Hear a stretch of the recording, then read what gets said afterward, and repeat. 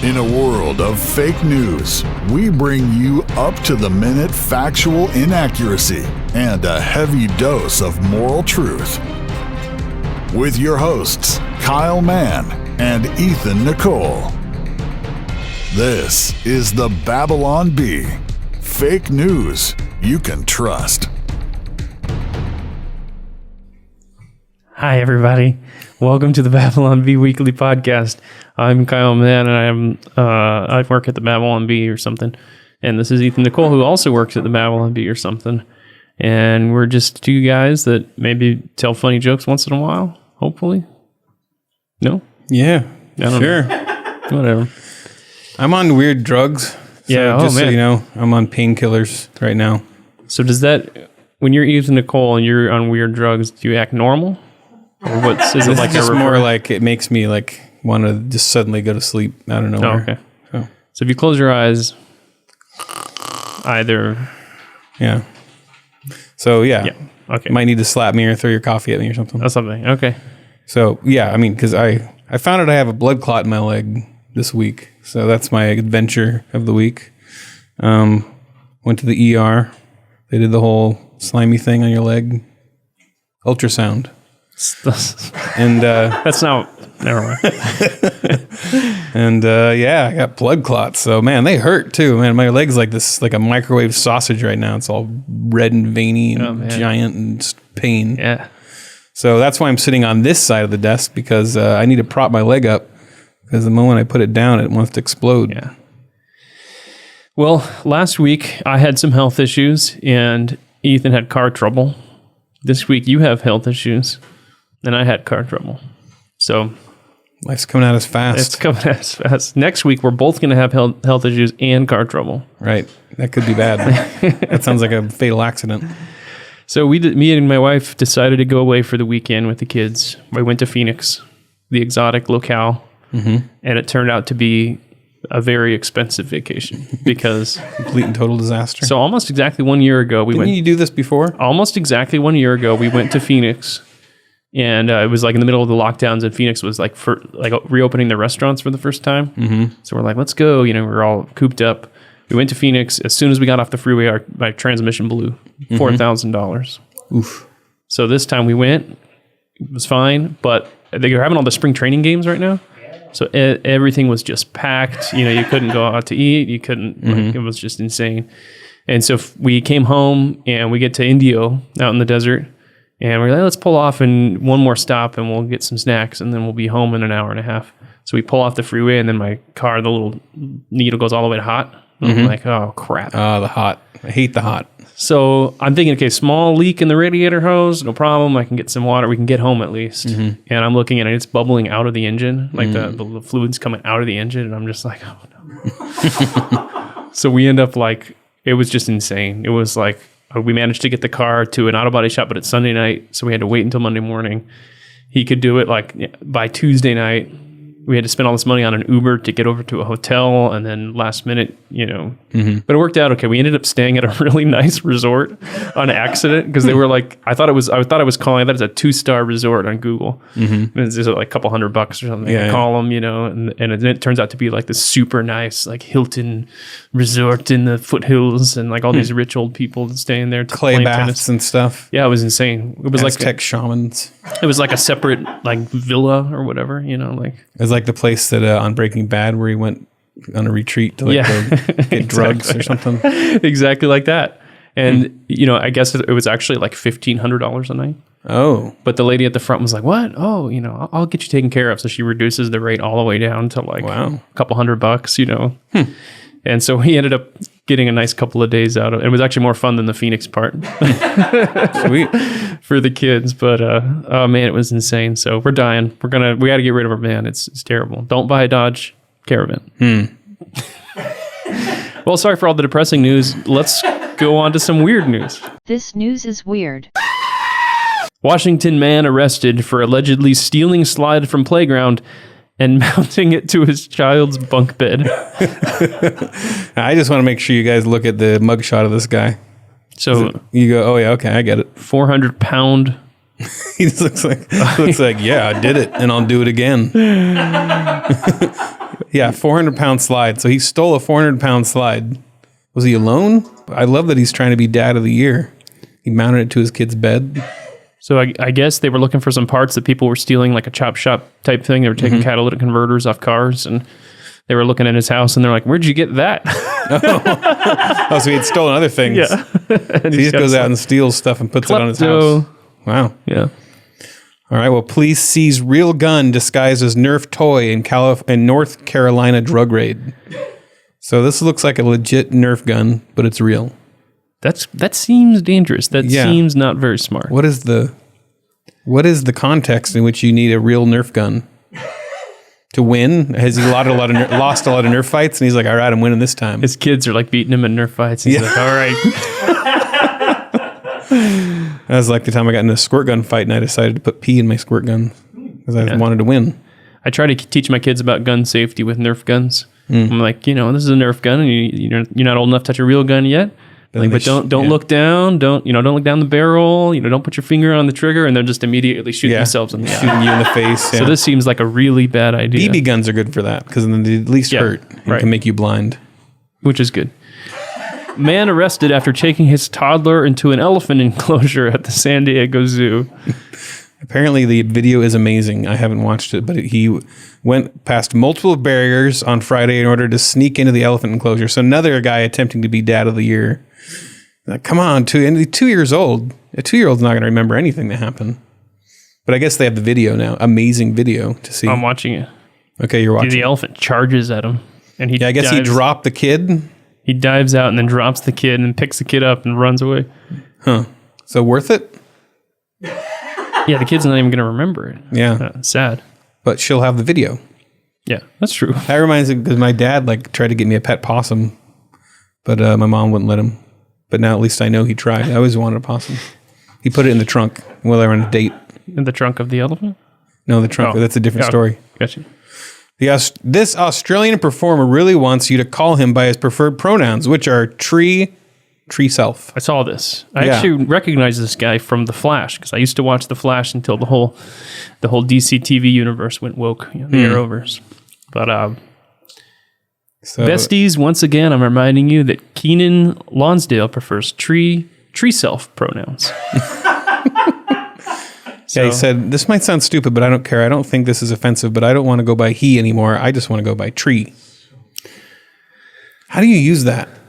Good for tree. Good for he? But you don't say good for he. But it's always when you talk about them in third person, right? Trim. Good for trim. Trim self. Tree, self. trim self. Like a normal thing you'd say, I'm like, hey, you're going to be acting in The Flash again this week. Here's your script. There's nowhere in there I need to say tree. I'm trying to think of where you'd use it. I guess you would usually use someone's personal pronouns when they're not in the room. Right. That's the weird thing. So what do they do? Have to So he leaves the room and then he looks. He opens the door again and he looks. He's like, I hope they're all saying tree. I wonder if actual transgender people get offended by this stuff. Like they're like, we're just trying to get accepted, and we just or they get to know, like, come on, man, we're trying to. This is a serious thing. You're going to bring tree into it. Virginia police officer shot during attempt to catch an escaped cow.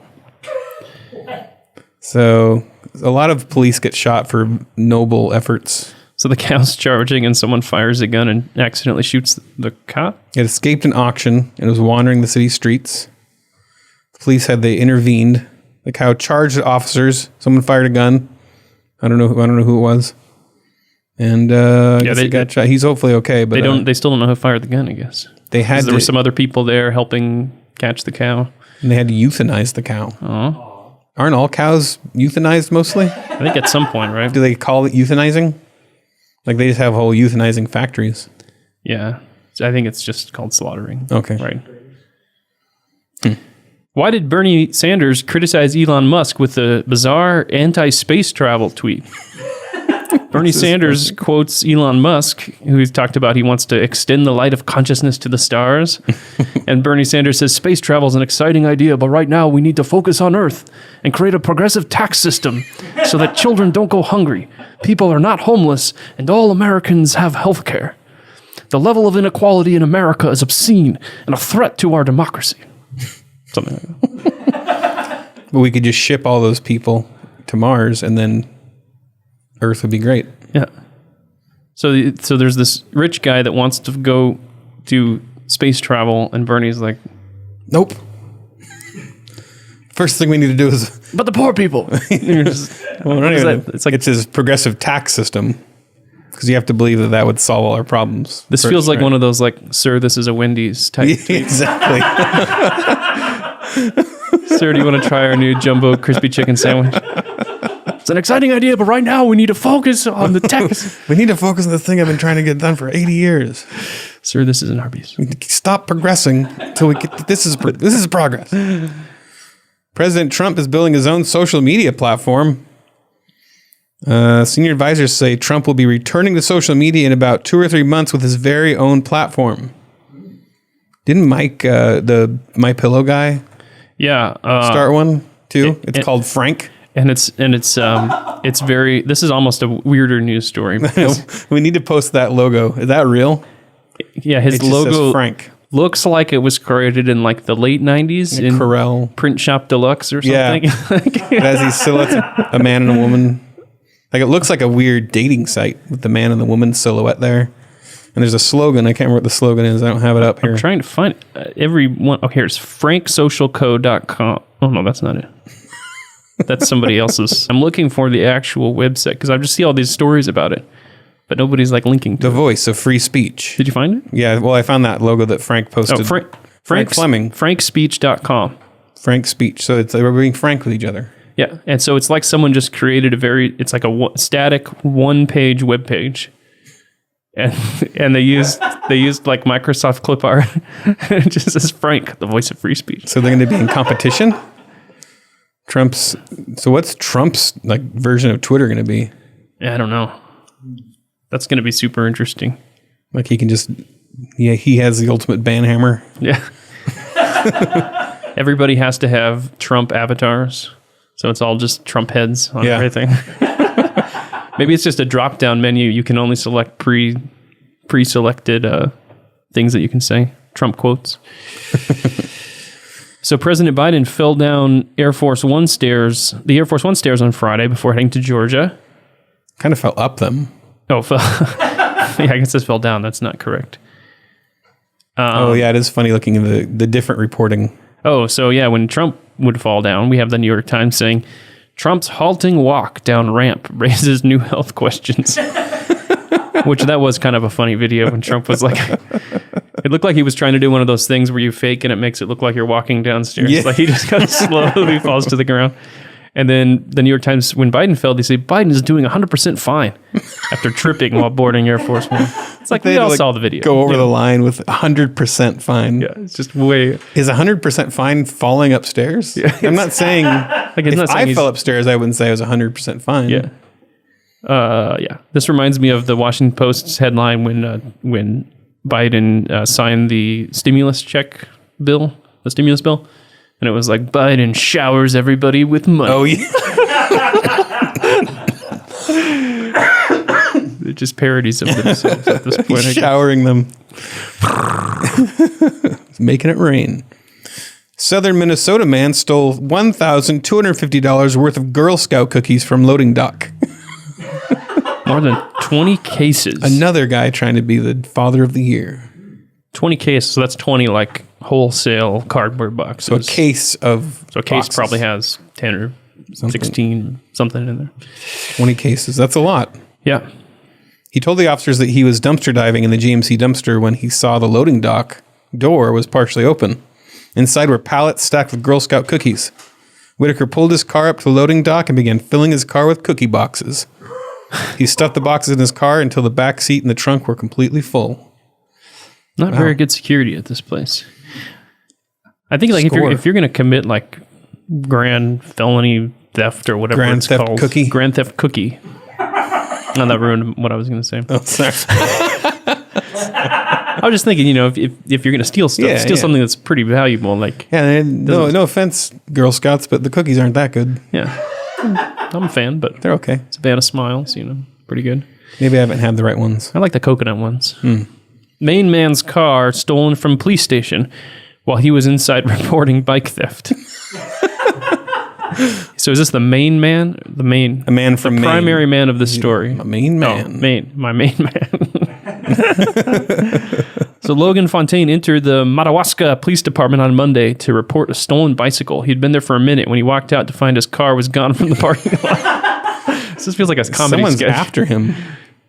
So next he's going to go report the car theft. And then his plane is going to get stolen. I'm trying to figure out how this escalates from here. Apparently they found the guy. They recognized the car. They arrested the driver, and they say he may or may not have been involved in the bike stealing. So he may have just this guy who's following around stealing The same guy. all this transportation. Okay, now I'm going to wait until he goes to report this one. It's the perfect crime. United Airlines flight diverted. Man arrested after report of someone's ear being bit off. Okay, So was Mike Tyson on board this flight? I guess. Guess. Forced to land in South Carolina after men bit a passenger's ear and then punched him in the face. He started to become agitated and restless after a trip to the bathroom. He took his mask off. Oh, so it's an anti-masker. Makes sense now.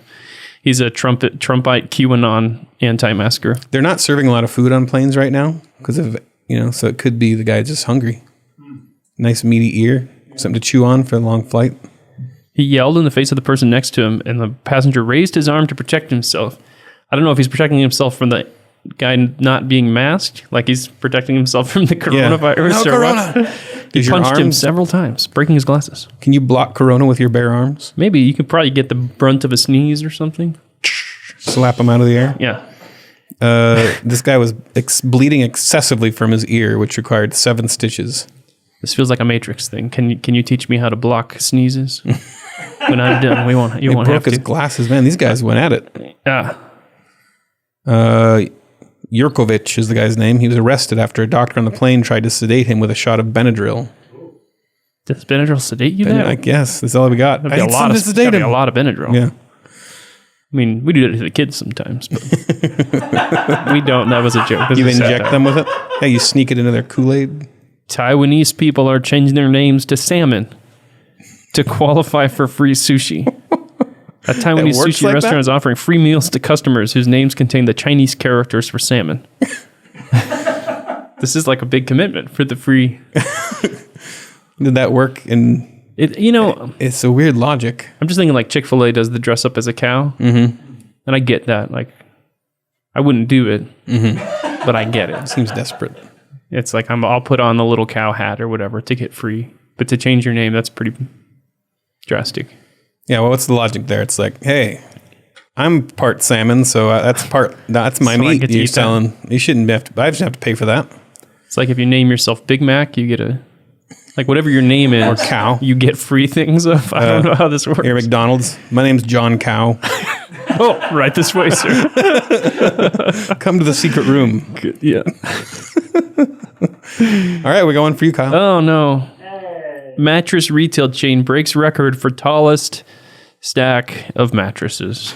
Yay. 43 mattresses measuring 24 feet, 4 inches. Were they doing the Princess and the Pea? Yeah, I get. Well, these are thin mattresses. Right? 4 They're inches. They're like 4 inches each. Well, that's nothing. 4-inch mattress. Well, they're not 4 inches each. They're like 2 inches each. What? No, never mind. I'm an idiot. 6 inches each. Yeah. 4 inches each. Wait, I'm lost. I don't know what inches are. All right, I'll have to do this. 24 times 12, 288 divided by 40, 3 mattresses. So there's 6.5 inches each. 6.7 inches each. Like this detail. It's not a very thick mattress. An on-site surveyor watched carefully at the looming mountain of mattresses to ensure that the entire column would be steadily planted for a full 10 seconds without toppling Just over. arbitrary rules. He's like, 10 cent 9, 8, And go. 7. Yeah. It's a I want to looming mountain. I want to see what these Guinness record dweebs look like that come out to these. I picture them in a tweed coat or little bow tie and like. We need to little get one out glasses here and- to do our I think we should Guinness do one. record, and then we'll give him a wedgie when he's here. Yeah, I think a lot of what we could do biggest wedgie. Yeah, well, the biggest wedgie ever delivered to a Guinness World of Records. Most brutal murder Judge. of a Guinness Records judge.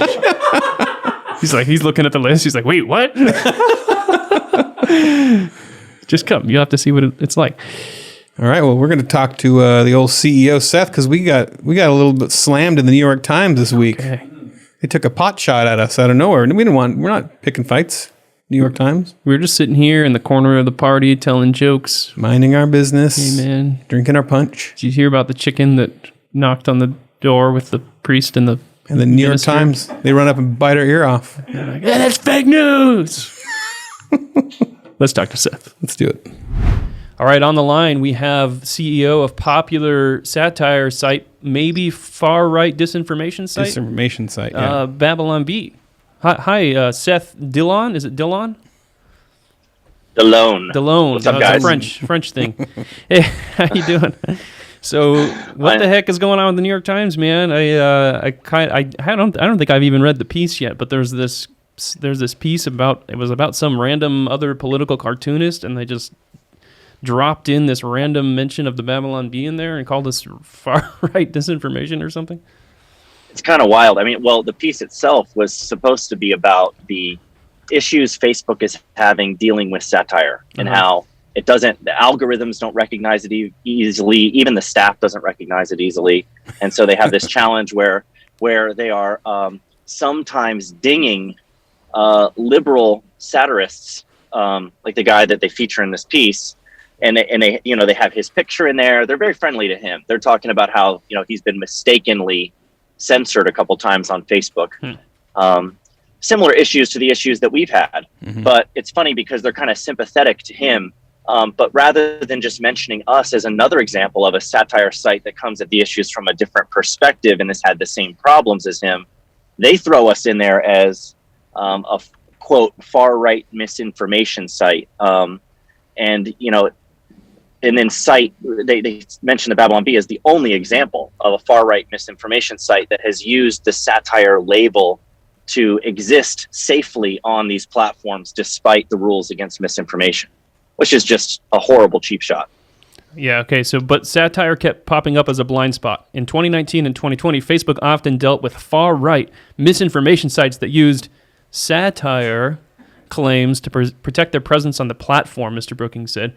For example, the Babylon Bee, a right-leaning site, sometimes trafficked in misinformation under the guise of satire. Guys. Oh, that sounds so sinister. Man. It really does. For example. Yeah, so, I mean, they don't name any other examples. There's no other far-right misinformation sites mentioned in this piece. So it's pretty blatantly targeting us and singling us out, which is extremely dishonest and disingenuous. And I mean, what highlights the fact that it's dishonest is that he takes those words, trafficked and misinformation, and he hyperlinks them. And the assumption, when you look at a hyperlink on a claim like that, the hyperlink is to support the claim, right? That's why you would provide it. And then you click through that link and it takes you to another New York Times article that doesn't make any claim like that. It doesn't mention misinformation. It just talks about, how the Bee is a conservative satire site that used to make fun of, Trump a lot more, but now it makes fun of the people who hate him more. It's one of those pieces. So just to assume, I guess, the readers, a lot of readers, just casual readers who are reading through that aren't going to click the link. They're going to assume that it's a supportive link and that there's actually some merit to what they're saying. But they're just pulling this out of the air, guys. This is, it's baseless. It's not just that we are a legitimate satire site. We're one of the most legitimately, like we joke, you called us a popular satire site. We are popular. We have more traffic than The Onion. I believe some months, maybe regularly at this point. And we're widely circulated. We're very well known, and we've been doing satire from the beginning for 5 years. So for an outlet like the New York Times to be saying stuff like this it is defamatory. It's false and defamatory, and it's problematic for a very key reason. And we've discussed this a number of times. If New York Times, which is considered a reliable source, and Snopes and Wikipedia and all these places that are considered objective, reliable sources, not necessarily by you and me, but by the world, the liberal media and all of these social networks and platforms. If they can get this narrative to stick about us, then we have no more life and existence on social networks. Yeah, like we were talking about with the Wikipedia discussion. If they can link to these what they consider highly rated news sources or whatever that are referring to us as misinformation, then they can label us that on Wikipedia, or Facebook could take us down, or all that stuff. So this Mike Isaac from the New York Times responded after you guys created some a little brouhaha on social media, and said, "Oh, don't worry, the article's been updated." And then the update, they just kind of say the same thing, and then say, the Babylon Bee, a right-leaning satirical site, has feuded with Facebook and the fact-checking site Snopes over whether the site published misinformation or satire. So they just kind of throw their hands up and go, I don't know, they could be, but we're still the only thing they reference when they talk about far-right misinformation sites that use satire to protect their claims. Yeah, the best thing that he did in that edit was throw in the word satirical. He describes us, remember, if you read the original version, it's a right-leaning site, I think. Yeah, just site. But in this one, it's a right-leaning satirical site. So he threw in that word, acknowledging that it's a satirical site, but then mentions that there's a feud. It's in dispute whether we're really satirical. We've been battling with Snopes and Facebook about whether we're satirical. And now he links off to a Snopes piece that, if you dig into it, the editor's note in that piece clearly says that they aren't trying to suggest that we have deceptive intent. Now, Snopes originally did suggest that, but they backed off of that when we, came at them with our lawyers, edited the language of the piece, and then added an editor's note to it to say that they're not putting deceptive intent on us. So, Snopes isn't even supporting what they're claiming here, even though they're linking to them as if Snopes does support it. So, it's just it's an imaginary, fabricated foundation that they're trying to build a case on against us. And it's, they walked it back a step, but they didn't walk it back as far as saying the Babylon Bee is a legitimate satire site. And they actually, if you want to properly characterize us, you'd characterize us as a genuine satire site that is sometimes mischaracterized as a source of disinformation, but that's false. And New York Times is a little nervous right now, right? They just suffered a loss in court with James O'Keefe. I'm blanking out on drugs right now. James O'Keefe. Now they've accused Project Veritas of being a source of. They've accused his outfit of being a source of deceptive information, and they're doing the same thing to him. They're doing to us. They're using deceptive information to accuse him of engaging in disinformation. So they're just doing it to us. We're losing you, Seth. Typical into the very distorted. We lost you. Yeah. Okay, what was the last thing you heard?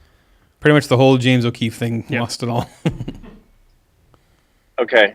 Let me try again. Can you hear me okay right now? Yeah, we can hear you good now. Okay. Yeah, so James O'Keefe and Project Veritas are going head-to-head with New York Times for the same reason. I mean, the New York Times is using deceptive disinformation to say that Project Veritas is engaged in deceptive disinformation. And so what the victory that they just had was they got a judge to toss out a motion to dismiss that the New York Times had filed. So the judge favored the case going. So now it can go to discovery, and they can try to figure out if New York Times has acted with malice and all of that. Oh, nice. So what are you going to do with all the money that you win in your lawsuit against the New York Times?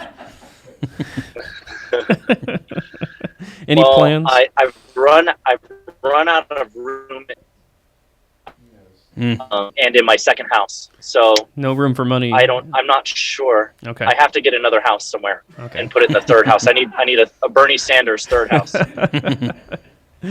Perfect. Well, all right. Well, thanks for coming on, Seth. Yeah. We'll keep everybody up to date as things develop here. Go own the New York Times with facts and logic. You're just gonna you just want to be done with me? That Yes. You guys talk for hours, but you only want 10 minutes of my time, huh? Yeah. Yes. All right. That's correct. You're breaking up a lot too, so we're just trying to be polite. Yeah. There was a little bit of break up there. We're gonna have to add words back in later. Should we go back to James O'Keefe and start there again? No. More breaking up than a Taylor Swift album. All right. Thanks a lot, Seth. All right. Thanks, guys. All right. Later. Okay, we are a nation beset by national disasters and tragedies, and it's very sad. It is sad. Yeah. Lots of things going on this week, it seems like. I don't know if it's the end of lockdown and people are all cooped up and they're coming out. And yeah, they've been waiting. It's sad. I mean, it's sad, but it's like with all the schools being closed, we haven't had a lot of like shootings and stuff this year. But at the Babylon Bee, the most important thing, we want to remind you guys of what the most important thing when it comes to disasters is how to score political points, how to totally own your opponents online, exploit every national tragedy and disaster. And some people aren't that good at this. Other people are masters. Yeah. So we have 7 easy ways that you can get a ton of likes, retweets, followers by exploiting a terrible tragedy. Right. Good. Yeah. Make a mountain out of no, not a mountain out of a molehill. Make something positive out of a negative. Yeah. Turn lemons. I'm on drugs. Painkillers. To clarify, if you didn't start from the beginning of the episode. So first of all, we want to remind you, wait a few seconds out of respect for the victims, and then jump in to score all your political points. Don't jump in with the political jabs right away. Wait a few seconds. You just need a cushion, a few seconds of cushion, and then dive in. Moment of silence, thoughts and prayers, and then immediately just go for the jugular. And then the details probably won't be out, but it's good. Just assume the facts fit your narrative before they come out, because you can't be wasting any time waiting for facts. So get your hot take. It's going to be lukewarm by that point. So just assume that everything fits into your preconceived worldview and just go. Just go for it. Have at it. Do it, baby. Because what the world needs mostly at a time of tragedy is your hot take. Yeah, your tweet. That's what they need, is your tweet. Third, point out that your pet projects and political policies definitely would have fixed this. Right. All the policy proposals that you were pushing and you believed in before the crisis are definitely exactly the same. The Venn diagram is exactly the same as the solution to this crisis. So leverage the tragedy to push your agenda right away. After the few seconds of mourning, of course. It's like while everybody's sitting around crying, you walk into the room and you go, I told you so. Yep. Be that guy. Yeah, just be that guy. And then my brain, offer thoughts and prayers that the shooter was the right skin color for your narrative. Yeah. So just pray, please God, let him be whatever would advance your we hope he's white. No, we don't want him to be white. We don't? No. The liberals want him to be white. Oh, we're not liberals? Well, we want him to be white. Yeah, we're liberals. What character are we playing? I don't know. Fifth, set up a memorial in the form of some dank memes. Right. Memes are the best way to remember a senseless act of violence. Don't bother any nuance or thoughtfulness. Just find savage memes. Right. And this is the time to own your political opponents hard. Yeah. With dank memes. Destroy them. Immediately vomit all your darkest thoughts and worst prejudices online for all to see. Yes. Just let loose.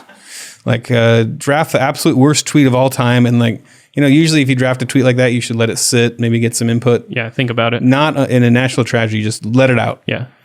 You might get ratioed to heck, and we'll have to delete it at some point, but it's worth it. Yes. When you think about the whole big picture. And stay tuned, because in a second here, we're going to look at the greatest hits. Yeah, we found some great ones, some great examples of some people that really nailed it on Twitter. And the final tip that we have for you for engaging in online discussions and getting political points after tragedy is, if anyone says anything about God, they're praying for the victims, their thoughts and prayers, I'm sorry, God's in control, any kind of comfort Bible verse, just destroy them. Yes, annihilate. This isn't the time to pray. This is the time to petition the government to do something, since the government has always proved to be calm, rational, and effective at any job they do. Nothing bad has ever happened when the government has gotten involved. Exactly. So let's get out there. Let's look at some of the good examples of how to respond to a national tragedy. Yeah. Let's move to some examples here. Reaction. So this is someone named Julie DeCaro, who has a blue check. Good old blue checks. And she says, so we know she's a professional. And so this shooting was this particular shooting in Colorado this week. The tragic shooting ended up being an Arab. Unfortunately, ended up being we wanted it to be white, a Muslim guy, but one of the bad Muslims, not all the good ones. Yeah, just whatever. So he ended up being a Syrian immigrant, and the initial assumption was he was white. And I don't know why they were assuming this. Maybe they were just looking at videos and skin looks white, and they hold up a chart. Oh yeah, good. He's on the right. Yeah. So Julie DeCaro says, extremely tired of people's lives depending on whether a white man with an AR-15 is having a good day or not. I know that's all I ever think about. Hashtag nailed it. And then someone, her friend, another blue check, Hamal, said, it's always an angry white man. Always. Well, is it? Not always. Not always. Not every time. Come on, man. Rosanna Arquette says, blue check. Hollywood starlet. Is Hollywood star. Call it what it is. White supremacist domestic terrorism. Call it what it should be. These people were reading the Babylon Bee guide to responding. They were. Don't even wait for us to know who the suspect was. This one might be a one of those poems with a certain amount of syllables. My brain is fried. This is like a haiku. Or a Dr. Seuss book. Sasha. She doesn't have a blue check, but she has 2 wine glasses. Tinking, ding, is that close to it? Is that better? That might be better than a blue check. America has a white male terrorist problem. They're shooting up schools. They're shooting up concerts. They're shooting up malls. They're shooting up churches. They're shooting up spas. America has a white male terrorist problem. I guess it's a sandwich. It feels like the sandwich. I also feel like the meter is maybe Dr. Seuss, like very Seussian. Seussish, which is racist. They're shooting up malls and churches. I guess we don't want to read all 25 of these. But we'll find some good ones in here. We'll pick out the best. Qasim, I'll probably say that wrong, Qasim Rashid. Beyond infuriating that the Colorado terrorist killed a cop but was arrested alive, while cops shot Tamir Rice dead for holding a toy because the cop feared for his life. How is an unarmed black child more frightening than a grown white male mass murderer? It's like if your entire opinion on the shooting hinges on the skin color of the shooter, maybe wait until you know. Find out what it is. That it is what you thought. If that's your position. Like if that's what you're hinging everything on. Hinging it on. Uzair Hassan Rizvi, blue check. He actually says he's a debunking misinformation fake news. That's his job. And he posted, a poor white guy who may have had a bad day or just a sex addict killed at least 10 people. He was only apprehended and not choked or shot to death because he was not brown, black, or a Muslim. Except he was kind of a Muslim. John Pavlovitz, we really need to ban. Sorry.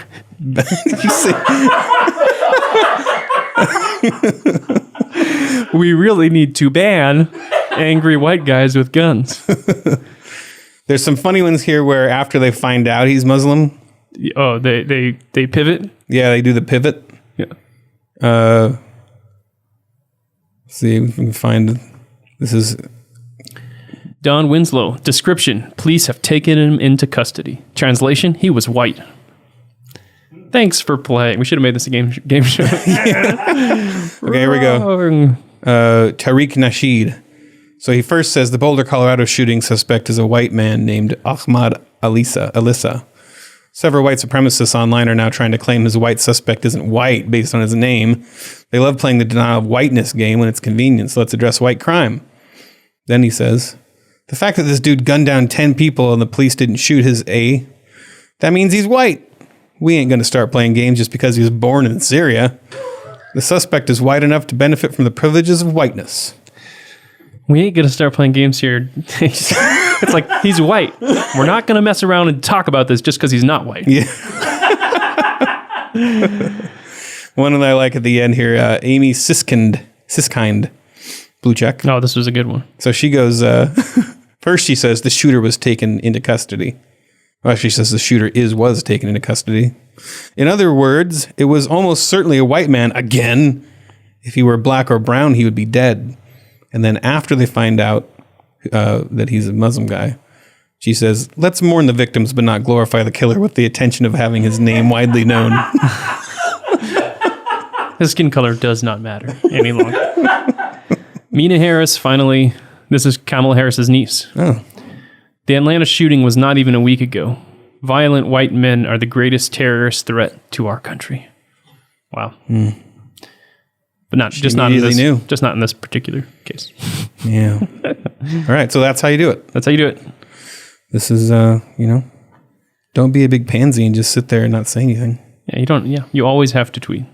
Always tweet. Always Tweet your take. Coffee is for tweeters. I don't know. I'm trying to do. Let's do some hate mail. I really miss Adam Ford. This is a long one. This is a long one. Let's dive in. This is from someone named Janice. So he's replying to our response to a different hate mail because there was the Satan cat one about the animal cruelty, and we were just trying to say we're not trying to say to actually put cats in a bag. If you can't get the joke, it's just a joke. Cats aren't really Satan, really. Right. I mean, it's a satire site Yeah, or it's a joke. misinformation. So she's replying, What if someone thought we were a real site and then drowned their cat? and they're an idiot. So this is Janice from Canada. So I'll read the first part. You can read the second half, I guess. Okay. Oh, hello, Babylon B. The other day you rebuked it. I'm not doing Canada very well. Attacked and responded to a viewer's opinion on your article about animals, eh? Unfortunately, you were attacking the person trying to defend the animals and nothing the people who attack animals. So Not the people typed in passion. who attack animals.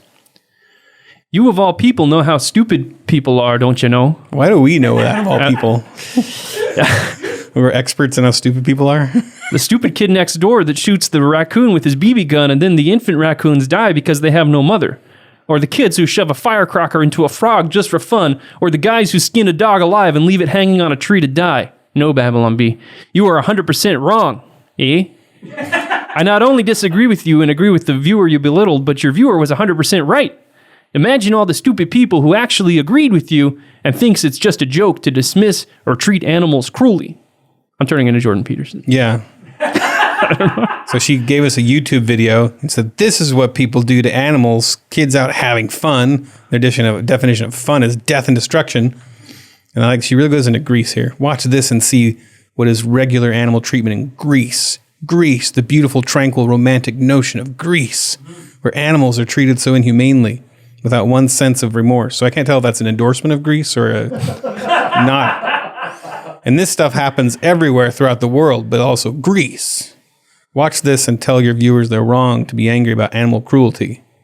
Be angry about animal cruelty. Do we not say that? Be angry. Here are the stories on animals rescued by a man in Greece. She's on Greece, who runs a shelter for dogs, cats, goats, etc. This shows how stupid, ignorant, and cruel people are. And the final line, today, Babylon B, if I were one of your mothers, I would be ashamed. And that's from Janice from Canada. Thanks, Janice. Got anything else? I got nothing else to say. Well, everyone, this has been the Babylon Bee Weekly Podcast. Thank you for joining us. We're going to jump into our subscriber lounge where we're going to do some stuff. Yeah, some bonus so much hate mail, stuff. some mailbag. We'll see. Yeah, can't wait to find out what it is. Here we go. Coming up next for Babylon Bee subscribers. I could have gotten a really interesting conspiracy theory from her. The first person to ever think that Trump is actually Shia LaBeouf. Though I never heard Kyle when he was a pastor, I can tell by his different voice in the Lord of the Rings episodes versus the regular episodes that he's pulling out his pastor voice. But you have have different modes of talking where it's more like when you're unsure of what you're saying, you're more Kermit. Okay. And when you're very confident, you're less Kermit. Okay. So the more when we interview someone and I'm like nervous, I'm like, so Mr. Derrickson. Wondering what they'll say next? The rest of this podcast is in our super exclusive premium subscriber lounge. Go to babylonbee.com/plans for full-length ad-free podcasts. Kyle and Ethan would like to thank Seth Dillon for paying the bills, Adam Ford for creating their job, the other writers for tirelessly pitching headlines, the subscribers, and you, the listener. Until next time, this is Dave DeAndrea, the voice of the Babylon Bee.